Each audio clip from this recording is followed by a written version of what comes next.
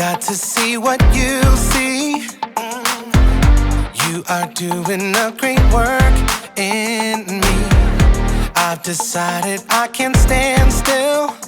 No, you have given me purpose. All my heart is yours. All my life is yours. I will make a move for you, for you. All my heart is yours. All my life is yours. I will make a move for you. Make a move for you. Make a move, make a move, make a move for you.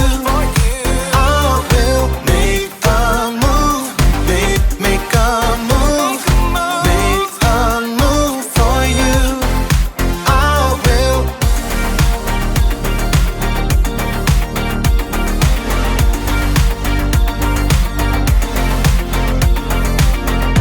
I'll take up the call to serve you. You have given me a job to do. I wanna love the world just like you. Yeah, you have given me purpose.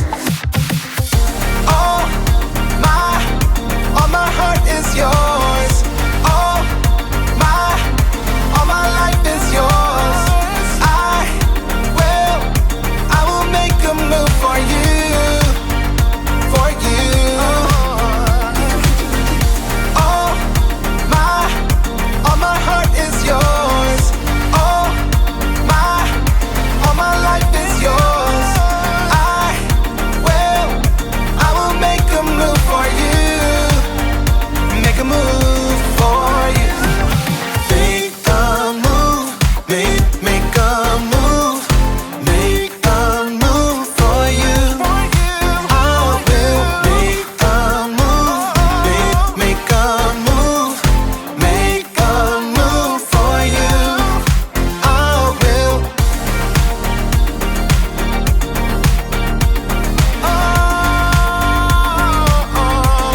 Make a move.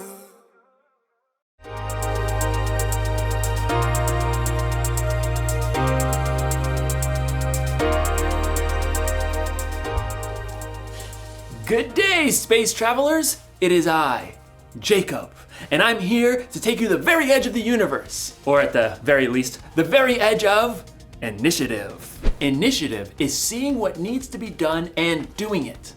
Initiative is very important. Too often we see what needs to be done and we don't do it, usually because flashing red light. Red light? What could that mean?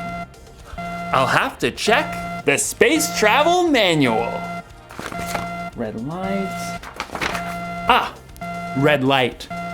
Computer malfunction alarm. To reset computer, press the blue button. Okay, good.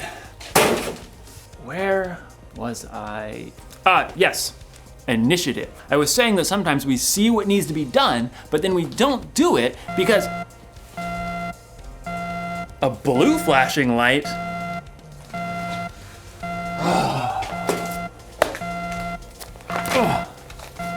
Blue light, blue light, blue light, blue light. Clogged toilet. To unclog, press the orange button. That'll do the trick. Man, it's really hard to focus around here. What I was saying was, a flashing orange light? Okay.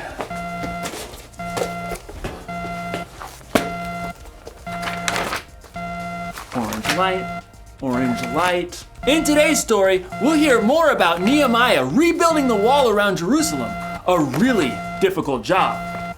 Orange light. Got it. Whew. I hope Nehemiah doesn't lose focus. Oh, man. What could that alarm be? Oh. I just got a text message. See you in a few.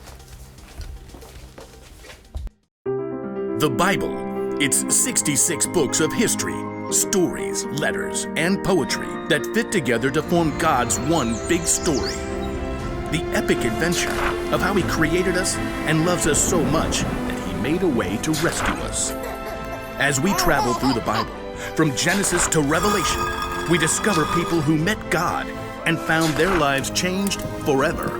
Now, for an amazing story, inspired by the book of Nehemiah, chapters 2, 4, and 6. When Nehemiah traveled to Jerusalem and surveyed the broken down walls, he saw immediately what had to be done. We must rebuild. God moved the hearts of the people to join him. Let's get started! But while the Jewish people were eager to repair the tumbled down walls and ruined gates, the people in the lands around them were not so thrilled. What do they think they're doing? A city with no walls stood open to attack. The people inside could never become a strong nation. The enemies of the Jews knew that if the wall of Jerusalem was rebuilt, the Jewish people might become a powerful enemy. They must cease and desist. Sanballat, a Horonite, and Tobiah, an official from Ammon, marched right up to the place where the people gathered to begin work. Pathetic. What a ragtag group. Why bother to even start? You shall never finish. Plus, the king is gonna think you're trying to take over. Nehemiah kept his cool. The God of heaven will give us success. We serve Him. So we'll start rebuilding the walls. Good luck with that. Nehemiah and the Israelites didn't need luck. They needed God's help. It was true that a few of the Jewish people were builders. Let's see.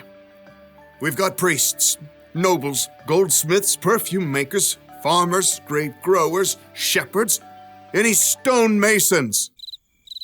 Well, let's get organized. Where he could, Nehemiah assigned each family group to work on a section of the wall closest to their home. Eliashib, you and the other priests will rebuild the sheep gate. Then, work on the wall up to the Tower of the 100. On it. Hassanah's family, I want you to work on the fish gate, lay its beams, and repair the doors with metal bolts and bars. We've got this. Nehemiah continued to give each family or group a part of the wall to rebuild. Old and young, men and women, they put everything they had to gather the fallen stones and hewing beams. In a short time, the wall began to rise again. Inconceivable. Sanballat and Tobiah were shocked to see the Jews actually making progress. They would mock the work to anyone who would listen.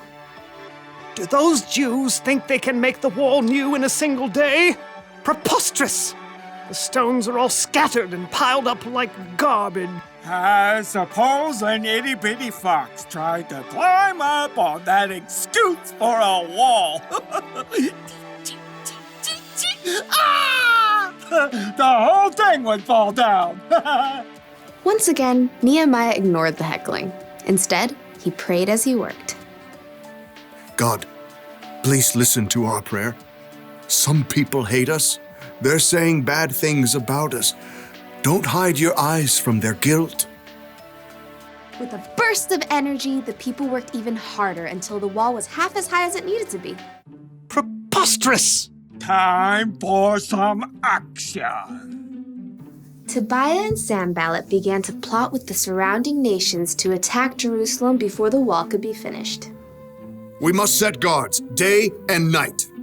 Even with guards in place, enemies threatened, and the Jews were exhausted. There's rubble everywhere, and our enemies say that no matter where we are, they'll attack. Nehemiah refused to be distracted.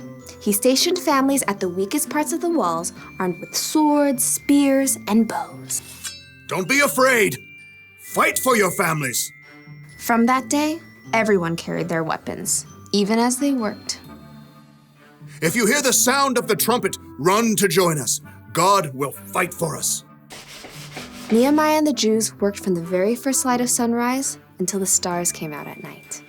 At last, The wall itself was finished. It's full height. All the gaps are filled. But we can't rest yet. The entrance gate still must be repaired.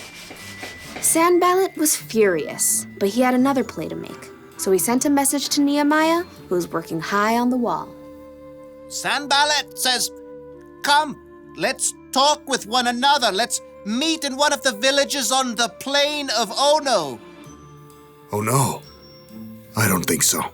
Nehemiah knew perfectly well they were planning to harm him, but he stayed focused on the work and sent his own messenger to Sanballat.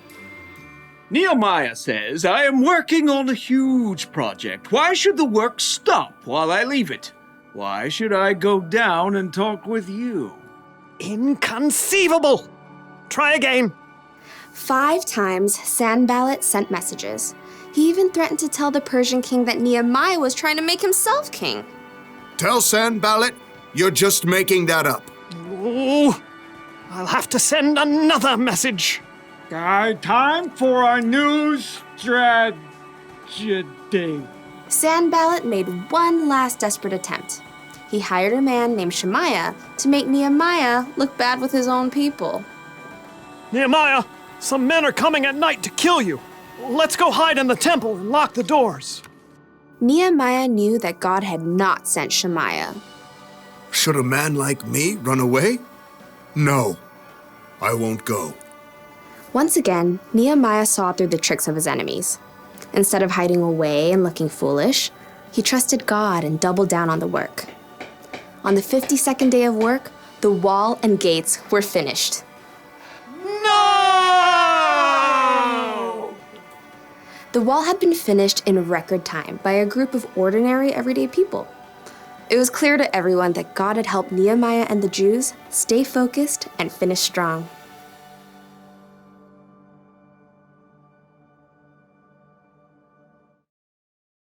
Can't talk now, gotta focus. Sorry about that. It's so easy to get distracted sometimes, isn't it? I mean, you probably don't get distracted by alarms and flashing lights, but there are a lot of things that can distract you. When you're supposed to be focusing on homework, you might get distracted by the TV or the internet. When you're supposed to be cleaning your room, you might end up playing with your toys. When you're supposed to be listening to your teacher, you're making funny faces at your friends. We get distracted by our stuff, by other people, even by our own thoughts and worries. There's so many things fighting for our focus. It can be overwhelming. I mean, look at Nehemiah. He was rebuilding the wall of Jerusalem. He had enemies on the outside and people fighting with each other on the inside. It would have been so easy for him to get distracted, but he stayed focused. I mean, look at Jesus. There were a lot of things that could have distracted Jesus from doing what he came here to do. But he stayed focused on what was most important, saving the world and making it possible for us to have a relationship with God. Staying focused isn't always easy, but when you focus, you can get things done quicker and better. So, the one thing to remember today is this: stay focused on what needs to be done. If you need help, take a minute or two to talk to God before you have something you need to focus on, and try to steer clear of the things that can distract you. I'm putting you on silent, and when in doubt, consult the Space Travel Manual, if you have one. What do all the lights mean? All the lights, all the lights, all the lights, all the lights. Oh. Dance party.